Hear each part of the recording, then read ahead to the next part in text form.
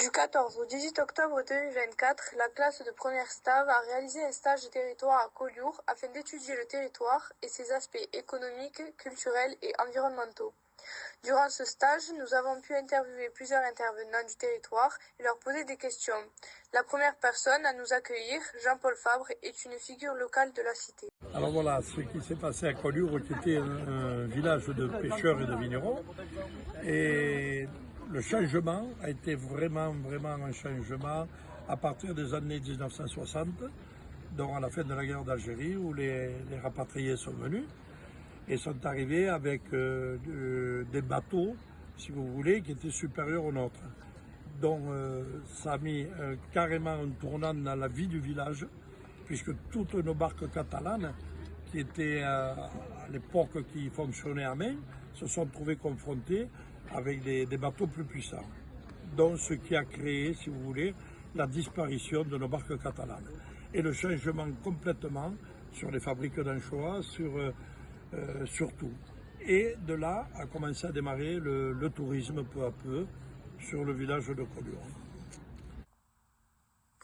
Au début de notre stage territoire, nous avons rencontré Guy Lobé, le maire de Collioure, qui nous a présenté la ville et tous les enjeux auxquels elle est confrontée. Alors nous avons compris à Collioure que la richesse de Collioure, en dehors de sa notoriété picturale avec les peintres, bien évidemment, c'est son paysage et son environnement. Collioure est une commune de 1304 hectares, dont nous avons eu le courage politique dans cette optique de protection d'en classer 650 en site classé, ce qui veut dire que sur 1304 hectares, il y a 650 hectares qui ne seront plus construits.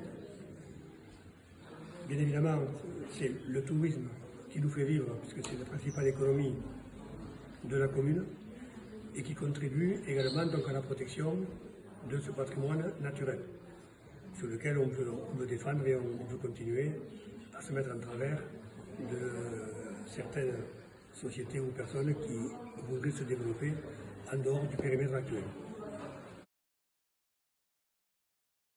Le 16 octobre, notre classe est allée à la rencontre du président de l'association Sol Vivant, Monsieur André Trivet, maraîcher sur la commune d'Elne, dans le but de découvrir cette pratique naissante et porteuse dans le monde de l'agriculture. Bonjour, moi c'est André Trive, je suis maraîcher en agroécologie sur Elne, donc dans les Pyrénées-Orientales. L'agroécologie pour moi c'est synonyme de sol vivant, donc je suis aussi président du réseau maraîchage sol vivant France. L'objectif de notre production c'est garder les sols en vie, on va parler de champignons, de micro-organismes et de vers de terre, et de multiplier ces populations afin qu'on soit complètement libre dans nos choix de production. Et donc c'est ce qu'on a mis en place sur cette parcelle depuis 2017 où on a pu avoir des niveaux de fertilité et des niveaux d'activité biologique de plus en plus forts. Aujourd'hui on est complètement indépendant des intrants extérieurs. On travaille avec des matières organiques gratuites, présentes sur le territoire. Ce qui nous a poussé à monter l'association Sol Vivant Méditerranée.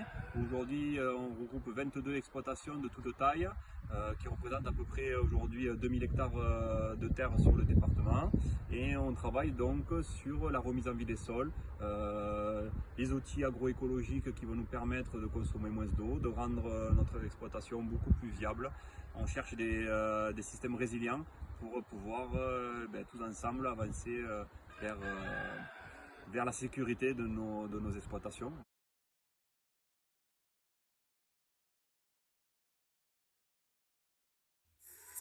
Nous avons eu l'occasion de rencontrer M. Coyle, directeur de l'ASA des Albères qui génère les canaux d'irrigation agricole dans la vallée du Tech. Il nous a parlé de l'importance de l'eau sur ce territoire qui fait face à des problèmes de sécheresse importantes. La difficulté aujourd'hui est de pouvoir distribuer de l'eau à tous les acteurs qui en ont besoin, agriculteurs, particuliers, industriels, acteurs du tourisme, etc.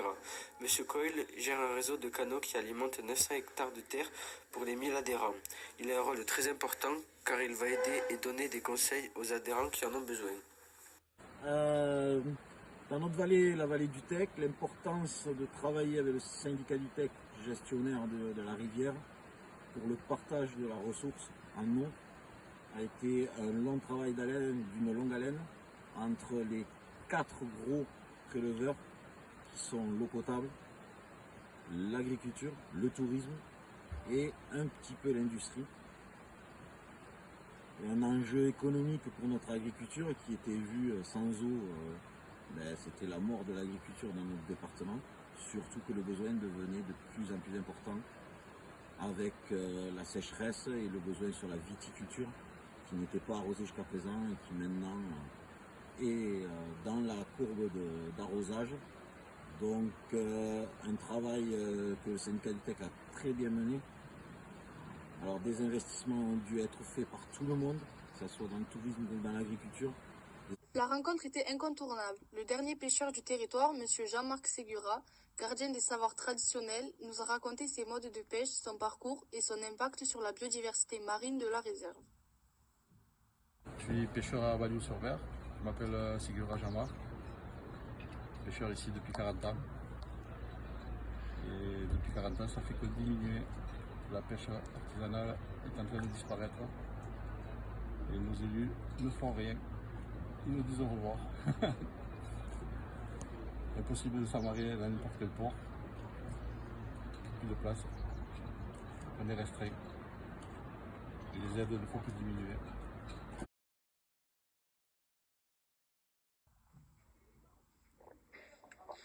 Nous avons eu l'occasion de rencontrer M. Planck, un policier de l'environnement de la réserve naturelle. Il nous a expliqué le fonctionnement de la réserve marine ainsi que les règles mises en place pour assurer la sécurité et le bon fonctionnement de la réserve. Donc bonjour, je m'appelle Jean-François Planck et je travaille à la réserve naturelle marine de Saverne-Bagnols, qui est gérée depuis 1977 par le département des Pyrénées-Orientales. C'est la plus vieille réserve exclusivement marine qui a été créée en France, donc en 1974. Parce que cette réserve en fait a été créée par des instances locales. Donc c'est le maire de Cerbère, M. Jean Marty, qui était plongeur et conseiller départemental, qui s'est rendu compte de la dégradation du milieu dans les années 60, à partir des années 60-70. Donc les pêcheurs petits métiers avaient du mal à remplir leurs filets. Et il y avait plusieurs causes en fait à cette dégradation du milieu. C'est d'une part la pollution qui était de plus en plus présente à cause des gens qui venaient, les stations d'épuration ici qui étaient sous-dimensionnées, des mauvaises habitudes de jeter les déchets dans la mer. À l'époque, c'était considéré comme une grande poubelle, la mer ça pouvait tout dissoudre. Donc tout ce qui passait sous les flots, on ne les voyait plus. Donc les chercheurs ont également demandé la création de cette réserve parce qu'ils étaient également plongeurs. Et donc ils sont montés à Paris, au niveau du ministère de l'Environnement de l'époque.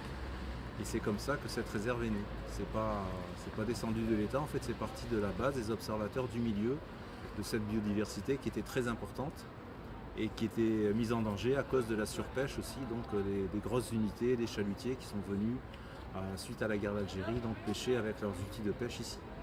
Alors qu'avant c'était utilisé par les pêcheurs petits métiers avec leurs barques catalanes, leurs filets qui n'étaient pas tirés sur le fond, donc qui ne dégradaient pas le milieu. Et donc ça fonctionnait bien depuis des centaines d'années. Et c'est cette modernisation et l'afflux après un peu du tourisme qui, à cause de la chasse sous-marine, de la plongée avec certaines personnes qui n'étaient pas tellement respectueuses des fonds, qui a fait qu'il a fallu faire cette réglementation, donc créer une réserve où c'est un lieu qui est réglementé. Alors c'est pas du tout une mise sous cloche de l'environnement. Il y a des activités qui peuvent avoir lieu dans cette réserve, que ce soit la plongée, la pêche récréative, donc de loisirs, avec autorisation de la réserve, la pêche professionnelle, parce que les pêcheurs étaient déjà présents avant la création de la réserve, donc on leur a laissé le droit de continuer leur activité, bien sûr. Et ces pêcheurs sont partenaires de la réserve, parce qu'ils nous rendent également des retours de pêche, comme les pêcheurs de loisirs qui nous rendent des registres de capture.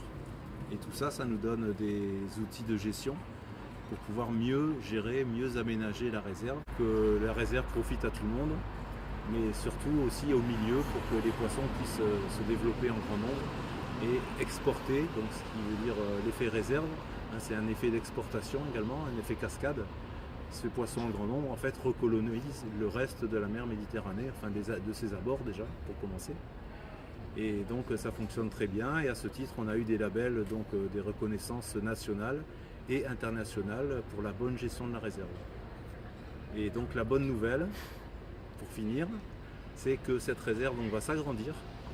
Et donc l'État, par rapport à tous ces bons résultats qui ont été obtenus, a souhaité augmenter la réserve marine. Il y a eu une concertation avec tous les différents acteurs pendant 14 mois, donc on a déjà travaillé avec tout le monde, les différents utilisateurs de la réserve. Et donc cette réserve va s'étendre normalement du Cap Béar au Cap Cerbère, donc de cap à cap, et ça on fera doubler la superficie de la réserve et on aura 3 zones de protection renforcées. Nous avons fait plusieurs visites pendant notre excursion à Collioure qui nous ont permis de mieux comprendre les caractéristiques de la ville et ses atouts. Nous avons eu la chance de rencontrer un agent de l'ONF, M. Latour, qui nous a présenté la géographie caractéristique de la région, la géologie ainsi que les enjeux en termes de déprises agricoles et de préservation des couverts forestiers. Puis nous sommes partis visiter le biodiversarium de Bagnous pour en apprendre plus sur l'écosystème marin de Collioure, sa diversité mais aussi sa fragilité. Une des visites phares de la ville et représentative de sa culture a été la visite de la cave des Dominicains, qui nous a fait découvrir le processus de création de son vin, le Bagnous, qui tient sa renommée à son terroir et au savoir-faire des vignerons locaux. Nous avons même pu profiter d'une dégustation des vins qu'il propose.